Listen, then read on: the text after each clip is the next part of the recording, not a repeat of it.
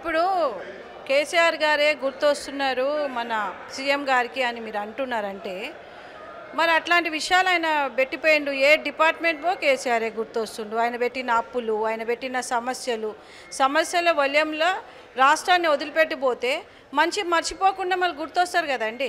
గుర్తొస్తూనే ఉన్నాడు. ఏ డిపార్ట్మెంట్లో కేసీఆరే గుర్తొస్తుంది. ఏంటంటే అందులో ఉన్న అవకతవకలు, అందులో ఉన్న డిసడ్వాంటేజెస్, అందులో ఉన్న అప్పులు అవి గుర్తొస్తున్నాయి. కాబట్టి సీఎం గారు మర్చిపోదామన్నా మరవకుండా పెట్టింది. కాబట్టి సీఎం గారికి ఊరికే కేసీఆర్ పేరే గుర్తొస్తుంది.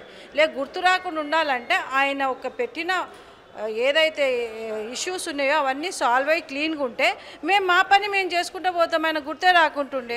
మరి గుర్తు తెచ్చే వ్యవస్థ పెట్టిందే కేసీఆర్ గారు కదా.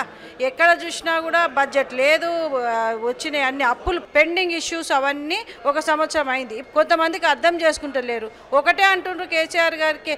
ఏ స్పీచ్లో చూసినా కూడా మీ సీఎం గారు కేసీఆర్ పేరు తీస్తుంటే అఫ్కోర్స్ తీస్తాడు. ఎందుకు తీయొద్దు?